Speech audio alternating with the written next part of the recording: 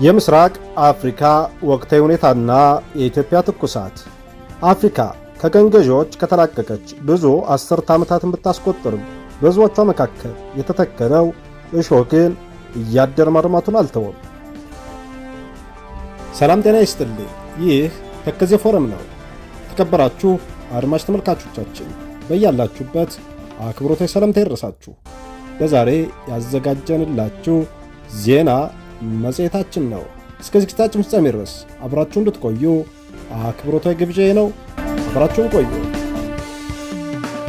ሕዝቧ በረሃብ፣ በበሽታ፣ በእርስ በርስ ጦርነት የሚያልቅባት ይህቺ የጥቁር ሕዝብ መኖሪያ ተፈጥሮ የሰጣትን አንጡር ሀብት መጠቀም አቅቷት መሪዎቿ ከቀኝ ገዢዎች ባልተናነሰ መንገድ እያሰቃዩት፣ ሕፃናት ወላጅ አልባ እየሆኑባት፣ ወጣቶች ወደ ጦርነትና ስደት እየወጡባት ብዙ የችጋርና የመከራ ዘመን እያሳለፈች መሪዎቿ ደግሞ ተንደላቀው እየኖሩባት ያለች አስከፊም አሰቃቂም ምድር አፍሪካ። በተለየ ደግሞ ምስራቅ አፍሪካ ከሶማሌ እስከ ሱዳን፣ ከሱዳን እስከ ኤርትራ ዛሬም የመንግሥት ጦርነት፣ የኃያላን ክንድ መፈተኛ፣ ረሃብ፣ የጎሳና የብሔር ችግር፣ የመሬት ይገባኛል ጥያቄ፣ የዲሞክራሲ ጦት፣ የነጻነት ትግል፣ ስደት፣ ሁሉም በምስራቅ አፍሪካ ምድርና ሕዝቦቿ ላይ እየወረዱ ያሉ አሁናዊ ኩነቶች ናቸው። በምስራቅ አፍሪካም ሆነ በመላው አፍሪካ የነጻነት ተምሳሌት የጥቁር ሕዝብ ኩራት የምትባለው ኢትዮጵያ ደግሞ ከባለፈው የሰሜኑ ጦርነትና 1 ሚሊዮን በላይ እልቂት ካስከተለው የፌዴራል መንግሥትና የህወሓት ጦርነት በኋላ የደቡብ አፍሪካዋ ከተማ ፕሪቶሪያ ያመጣቸው የሰላም ስምምነትና የስምምነት መንፈስ ብዙም ርቀት ሳይጓዝ ሲደፈርስ፣ በሌላ መልኩ ደግሞ አማራ ክልል የተወለደው የነፍጥ ትግል አሁን ላይ ሌላ ምዕራፍ ላይ ደርሶ በታሪክ የጋራ ጥያቄና ስምምነት የሌላቸውን የፋኖ፣ የኦነግ፣ የህወሓት ኃይሎችን በአንድነት የጋራ ጠላት በሚል በጋራ አሰልፏቸዋል። ይህ ጥምረት ከውስጣዊ ጥምረት አልፎ በእነሱ ቋንቋ ጎረቤት ሀገራትን ያካተተ አዲስ ወታደራዊ ቅንጅት እንዲፈጠር አድርጓል። ይህ ጽምዶ ወይንም ጥምረት የተባለው አዲሱ ስብስብ የጋራ የሚባል ነገር እስካሁን ያቀረበው ነገር ባይኖርም የጋራ ጠላት በሚል ብልጽግናን አብይ አህመድ አሊን ለመጣልና በቀጣይ የጋራ መንግሥት ለማቋቋም የተንቀሳቀሱ ይገኛሉ። ነገር ግን መሬት ላይ ያለው እውነታ ግን ከዚህ ብዙ የተለየና በተቃርኖ የቆመ ይመስላል። ፋኖ ወይም አፋብን የሚባለው የአማራ ክልል ውስጥ የሚንቀሳቀሰው ኃይል ውስጣዊ አንድነት እየተሸረሸረ ሕዝባዊ ቅቡልነቱን እያጣ መምጣቱን ብዙ ማሳያዎች አሉ። በተለይ በወሰንና ማንነት ጉዳዮች ላይ የድርጅቱ አመራሮች የጋራ የሚባል ሐሳብ የላቸውም ይባላል።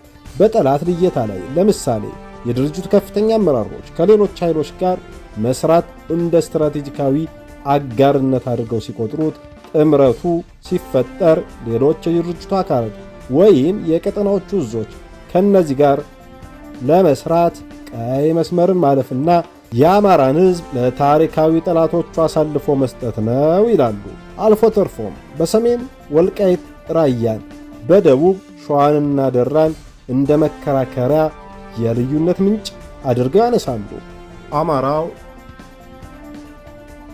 ዛሬ ለደረሰበት መከራ የዘር ተኮር ጥቃት እየተደረገ ያለው በማለት ጥምረቱን እንደማይቀበሉት በይፋ ጭምር በየሚዲያው ወጥተው ያስተጋባሉ።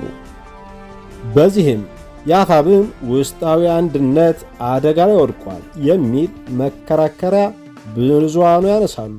አልፎ ተርፎም ጥምረቱ በእነዚህ ጉዳዮች ምክንያት የጋራ ነገር የለውም፣ እንዲሁም ውጤታማ ሊሆን አይችልም የሚሉ ድምፆች በርካታ ናቸው። አሁን ላይ የቀጠናው ጂኦፖለቲክ ሁኔታ እያደር እንደ ሰደድ እሳት እየተቀጣጠለ በቀጠናውም ሆነ በኢትዮጵያ ምድር አዲስ ጦርነት እየተከፈተ ይገኛል።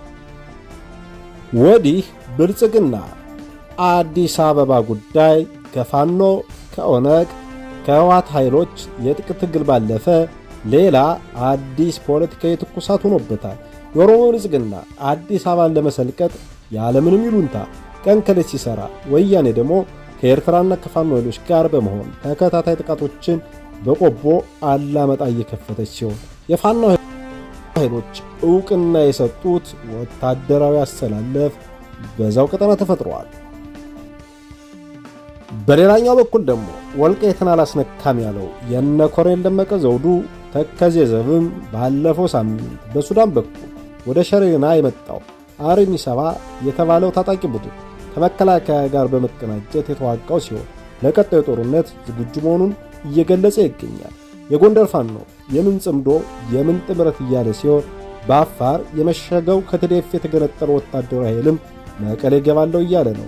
ይህ ሁሉ ተደምሮ ኢትዮጵያ ውስጣዊ አንድነቷ አደጋ ላይ ወደቀ ሲሆን ለውጫዊ ጠላቶቿም ተጋላጭ ሆናለች። በአጠቃላይ ምስራቅ አፍሪካ በቀጣይ አዲስ ጦርነት፣ እልፍ ስደት፣ ረሃብ፣ ሞትና የሴቶች የሕፃናት መደፈር በቀጣይ በቀጠናው የሚከሰቱ ተጠባቂ እውነቶች መካከል ናቸው።